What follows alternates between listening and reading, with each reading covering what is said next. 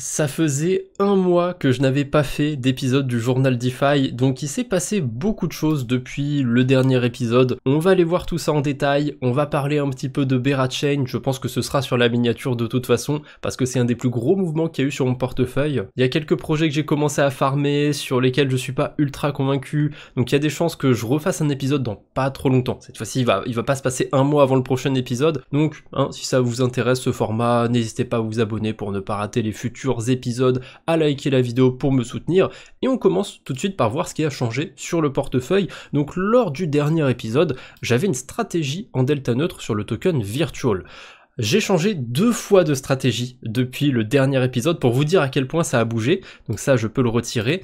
Le premier truc que j'en ai fait de ces stablecoins, c'est de les mettre sur Silo Finance, sur la blockchain Sonic, parce qu'il y avait un rendement de fou furieux. Le protocole affichait un rendement, et j'ai essayé de calculer de mon côté le rendement réel que j'avais reçu, et c'était bien en dessous du rendement qui a été affiché. Ça m'a pas plu, j'ai préféré sortir du protocole Silo. Je pense que ça devait être juste une erreur au niveau du rendement, au niveau de l'affichage, parce que je suis allé littéralement sur les premiers jours d'existence du protocole sur Sonic, donc ça a dû jouer. Bon, c'est pas grave, c'est la vie. Je reviendrai probablement sur Sonic, il y a 2-3 trucs à farmer là-bas, mais ce que j'ai fait avec ces stablecoins, c'est que je les ai renvoyés sur Arbitrum, je les ai renvoyés sur Hyperliquid, et je refais du delta neutre. Je fais du delta neutre sur le token Hype de Hyperliquid. Au moment où j'enregistre, et même depuis facile 2 semaines, le delta neutre sur le token Hype est pas très intéressant, c'est plutôt bas en termes de taux. Alors on est quand même payé, c'est quand même une stratégie rentable, mais bon, là ça me donne du 5-6% d'intérêt. Je peux trouver évidemment beaucoup mieux sur des stablecoins, donc dès que je pourrai, je fermerai cette stratégie en delta neutre sur Hype, et j'enverrai mes stablecoins sur autre chose. Pourquoi je peux pas fermer tout de suite cette stratégie en delta neutre? Si vous avez vu le tutoriel que j'avais fait il y a pas si longtemps sur les stratégies en delta neutre, voilà, elle est juste ici,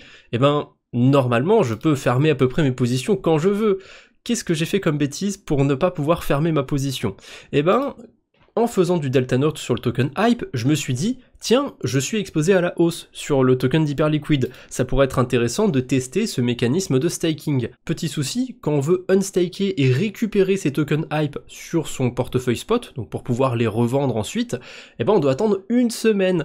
Donc là, mes tokens Hype, ils sont bloqués pendant 1 semaine. Autant vous dire que ce que j'ai fait avec le staking de token Hype, c'est un peu débile. C'était pas une mauvaise idée sur le papier, d'aller en staker une partie pour spéculer sur des airdrops ou quoi que ce soit, mais j'aurais dû le faire avec au maximum la moitié des tokens Hype que j'ai, ou un tiers, un quart éventuellement. Ça aurait été beaucoup moins bête, pour la simple et bonne raison que là ma stratégie n'est plus très rentable, donc j'ai envie de la couper mais je peux pas le faire. Si j'en avais staké que un quart ou que un tiers, j'aurais pu couper 3 quarts, 2 tiers de ma stratégie et aller faire autre chose déjà avec une partie des stablecoins. Là je suis plus ou moins condamné, bloqué, enfin bref, je me suis exposé à pas mal de risques en faisant ça. C'était une décision très stupide d'aller tout staker, mais c'est pas grave, je l'assume, j'ai quand même de la chance. Ça fait pas loin de 2 mois que le token d'Hyperliquid est assez peu volatile entre guillemets, il va quand même entre 20-25 $, c'est quand même une bonne fourchette, mais c'est dans le bon sens pour moi. Il faut pas que son prix monte de trop, là ça pourrait être dangereux pour ma position. Bon, pour l'instant, tant qu'il reste autour de 25 $, je m'en fais pas trop, et on en reparlera d'ici le prochain épisode si j'ai eu des problèmes ou pas avec cette position, mais c'est vrai que c'est très stupide ce que j'ai fait. Ensuite, j'avais des USDC sur la blockchain Sui, ça remonte un petit peu, c'est quand j'avais farmé Kria, j'avais même fait plusieurs vidéos sur la chaîne secondaire pour montrer comment j'allais farmer Kria et compagnie.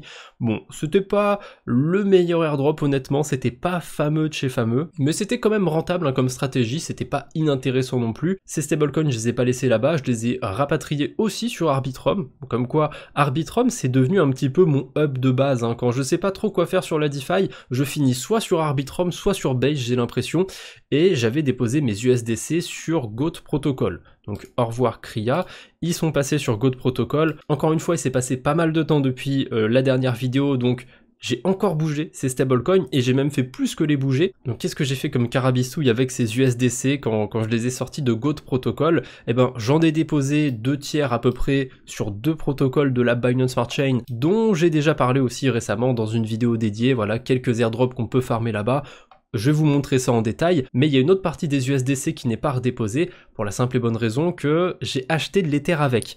En fait, le prix d'Ether a pas mal baissé ces dernières semaines, donc ça avait déséquilibré mon portefeuille. Si vous avez vu mon bilan 2024, ouais je sais, je fais écho à pas mal de vidéos dans le passé, mais bon, c'est pas grave, on fait avec. Donc si vous l'avez vu, vous savez que la répartition que je visais sur le portefeuille de la chaîne YouTube, c'est 50% de BTC, 25% de stablecoin et 15% d'Ethereum. Là, je suis quasiment à cette proportion-là, j'ai un petit peu trop de stablecoin en théorie, mais bon, c'est pas dérangeant d'en avoir 26 au lieu de 25%. Pour ce qui est de l'Ether, je suis à 15%, pour ce qui est du Bitcoin, je suis très proche de 50%, mais évidemment, hein, quand Ether avait baissé à 2500 $, avant que j'en rachète, ma répartition de portefeuille, elle s'était bien déséquilibrée. Je devais être à quelque chose comme 11 ou 12% d'Ethereum, et j'étais autour de 30% de stablecoin, du SDC. Donc j'ai bêtement équilibré mon portefeuille, j'ai acheté un petit peu d'Ethereum, et on va aller voir ce que j'ai fait avec l'Ether, hein. Il y a pas mal de choses qui se sont passées aussi de ce côté-là. En tout cas, le reste de mes stablecoins, on finit sur deux protocoles de la Binance Smart Chain.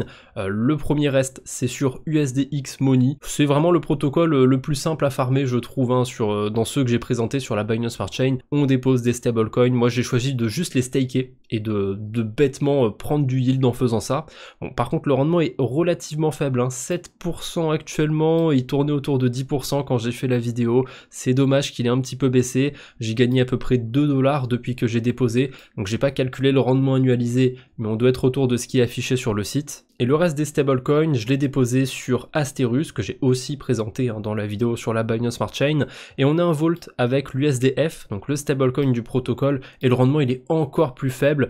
Pareil, je me suis fait avoir, le rendement était assez sexy quand j'ai déposé des liquidités, et il a vite baissé, c'est dommage, c'est pas grave, c'est la vie. Je vais rester encore un petit peu sur les deux protocoles, je pense, histoire de farmer un petit peu de points, sait-on jamais, et dès que j'aurai une idée d'une stratégie à faire, j'irai probablement ailleurs. Enfin, à vrai dire, j'ai quelques idées, mais je sais pas si je le fais tout de suite. Je préfère attendre. Dans tous les cas, je préfère ne pas me presser, laisser un petit peu mes liquidités ici, quelques jours, une semaine ou deux. C'est pas toujours une bonne idée de courir à chaque fois vers les meilleurs rendements, parce que si on fait trop de mouvements, trop de changements sur son portefeuille, on va se faire rattraper par les frais. Quelques centimes, quelques dizaines de centimes par-ci par-là de frais, c'est pas grand chose comme ça à chaque transaction, mais mis bout à bout, ça peut représenter quand même une petite somme. Donc faites attention, aussi petit rappel de votre côté, c'est bien de chercher du rendement, mais si vous changez de stratégie tous les 2-3 jours, il y a des chances que ce soit pas la meilleure idée. Donc pour les stablecoins, on a fait le tour, c'est vraiment tout ce qu'il y avait à voir de ce côté-là. Maintenant, l'autre gros changement qu'il y a eu sur le portefeuille, c'est du côté de l'Ether que j'avais sur mon portefeuille. Donc j'avais de base à peu près un demi Ethereum que j'avais déposé sur un protocole sur Aptos et je faisais une boucle de prêt-emprunt par-dessus. Ensuite, ce que j'ai fait, c'est que j'ai racheté de l'Ethereum, ça je viens de vous en parler, donc j'avais un peu plus d'Ether, je les ai envoyés sur Aptos, je me suis dit tant qu'à faire, il y a des incentives sympathiques sur les protocoles du côté d'Aptos, on peut farmer avec de l'Ether, par-dessus ça j'empruntais des stablecoins, j'allais faire des boucles, sauf qu'il s'est passé un événement très particulier, je devais me faire liquider sur ma stratégie de prêt d'emprunt sur Aptos, et je me suis pas fait liquider. J'ai eu un Yield Factor qui est passé en dessous de 1, donc j'empruntais plus que la limite maximale que je pouvais emprunter, tout simplement parce que le prix de l'Ether avait baissé, c'était dans ces mêmes eaux, c'était au même moment quand l'Ether était revenu vers 2500 $. Je vais vous mettre quand même le graphique d'Ether sous les yeux.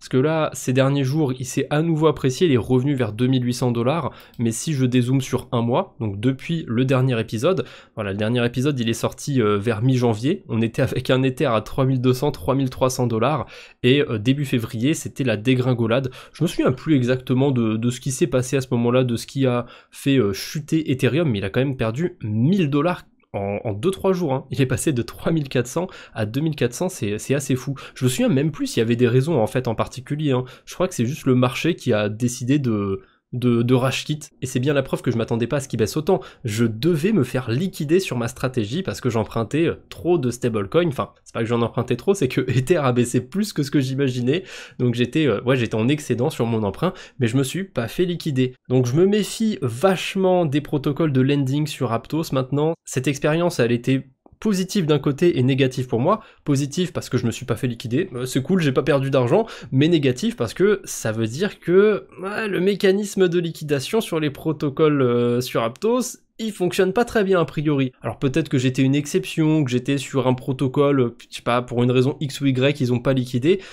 mais c'est quand même pas terrible. Donc j'avais fait un peu confiance à Aptos malgré cette mésaventure, hein, parce que là j'ai refait une boucle, c'était après cette mésaventure, je me suis dit bon, je vais y aller plus mollo, plus safe quand même. J'ai eu le déclic il y a 2 jours, le rendement que j'avais sur Échelon avec mes Ethereum, il est redescendu à 0%. En fait, il donnait des intérêts bonus quand on déposait de l'Ether, il y avait plus d'intérêts bonus, donc je me suis dit c'est le bon moment, il faut que je me casse de ce protocole, je vais me casser un petit peu d'Aptos pour le moment. Bon, j'ai toujours des tokens Aptos qui traînent, mais bon, c'est très passif, hein. Je les ai stakés sur Echo et j'ai plus grand chose à faire maintenant, ça va me générer des points, c'est que des récompenses que j'ai eu en farmant les tokens Aptos, donc ça peut aller à 0, je m'en fous un petit peu. Bref, les boucles de prêt d'emprunt sur Aptos, j'ai fini, voilà, c'était bien pendant le mois de janvier, c'était sympathique, mais là fallait passer à autre chose, et sur la chaîne secondaire récemment j'ai fait une vidéo pour vous montrer les trucs sympathiques à faire sur Berachain, parce que mine de rien, les 2-3 premiers jours c'était pas très intéressant, mais maintenant il y a des trucs à faire. Et ce que j'ai trouvé de sympathique, c'est cette pool de liquidité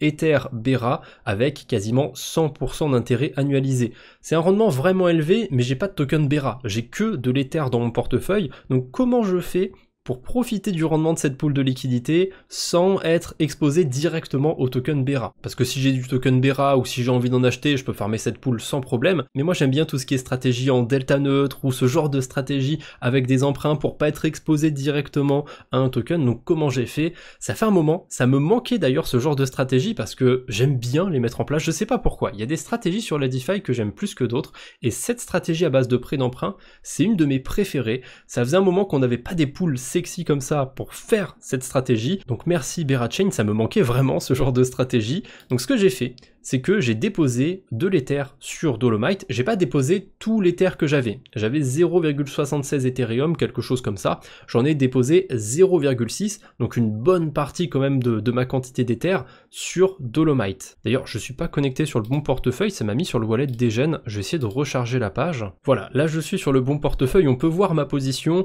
Alors c'est un peu particulier sur Dolomite, quand on dépose un token, il va atterrir sur nos balances sur Dolomite, mais si on veut emprunter par-dessus, on doit ouvrir une sorte de module pour faire notre emprunt. Donc ce que j'ai fait, c'est que j'ai ouvert une position d'emprunt, j'ai choisi les Ethers que j'avais déposés sur le protocole. Bon là évidemment il me reste qu'une miette d'Ethereum parce que j'ai déjà ouvert ma position d'emprunt, et ce que j'ai fait, c'est que j'ai emprunté bêtement ensuite des tokens Bera. Comment je savais combien de tokens Bera il me fallait? Je me suis pas cassé la tête, j'étais sur le protocole Bera Hub, j'ai cliqué sur la pool Ether Bera, je connectais mon portefeuille évidemment, et là si je veux déposer, je peux déposer que de l'Ether. J'étais même pas obligé de déposer des tokens Bera, mais évidemment si je fais ça, ça revient en quelque sorte à faire un effet de levier sur le token Bera, et je suis pas très fan, donc il fallait que j'apporte le même montant en fait d'Ether et de tokens Bera, parce que c'est une pool 50-50, et voilà, là ça me dit combien de tokens Bera il faut que j'emprunte. Au moment où j'ai fait mon emprunt, c'était pas cette valeur là, le ratio c'était pour 0,16 Ether, à peu près 77 tokens Bera. J'en ai emprunté 77 et je les ai déposés dans cette pool de liquidité. Ensuite, en les déposant dans cette pool de liquidité, je récupère un LP token que je peux aller déposer sur le Vault.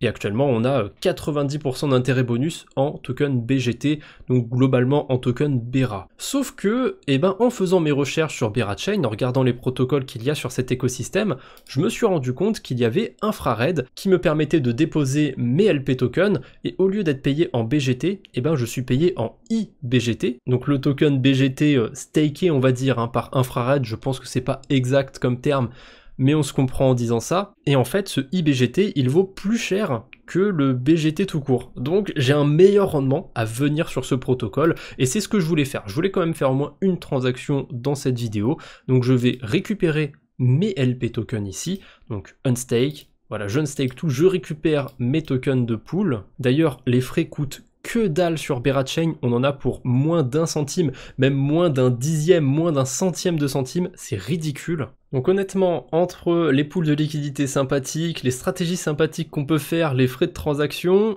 j'aime bien Berachain. Ça faisait un moment que j'avais pas eu de bonne expérience comme ça en termes de DeFi, en termes de farming sur un écosystème. Vraiment, je suis très content de voir Berachain au final. Au début, j'étais pas très convaincu. Bon, je suis pas non plus convaincu par le token, par l'écosystème ou quoi que ce soit, mais en tant que farmer, mon cœur est conquis. J'aime bien ce qu'il y a sur Berachain. Donc, Maintenant que j'ai récupéré mes LP tokens, je pense que je peux les déposer sur cette pool de liquidité, sur Infrared. Voilà, parfait.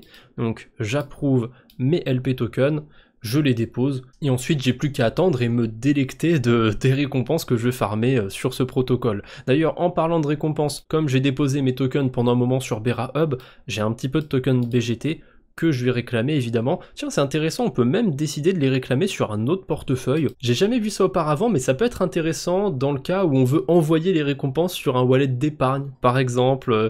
Ouais, j'essaye de teaser comme je peux la prochaine vidéo qui sortira sur la chaîne. Promis, je vais travailler dessus, elle arrive bientôt la vidéo sur l'épargne, sur comment on fait une épargne sur la DeFi. J'en ai pas mal parlé sur la chaîne secondaire, ça arrive bientôt, promis. Bon, avant ça, je termine ma petite transaction sur Infrared Finance, donc je dépose mes LP, et là, c'est tout bon. On a vu tout ce qui a changé sur le portefeuille depuis le dernier épisode, donc la stratégie sur Berachain, elle me plaît vraiment, j'espère que le rendement va durer un petit moment. Pour ceux que ça intéresse, allez voir la vidéo que j'ai fait sur la chaîne secondaire, sur les pools de liquidité sympathiques sur Berachain, il y a quelques trucs cool sur cet écosystème, ça fait vraiment plaisir à voir. Encore une fois, si la vidéo vous a plu, n'hésitez pas à la liker, à commenter, me dire ce que vous en pensez. On se retrouve bientôt j'espère, d'ici là portez-vous bien, salut tout le monde.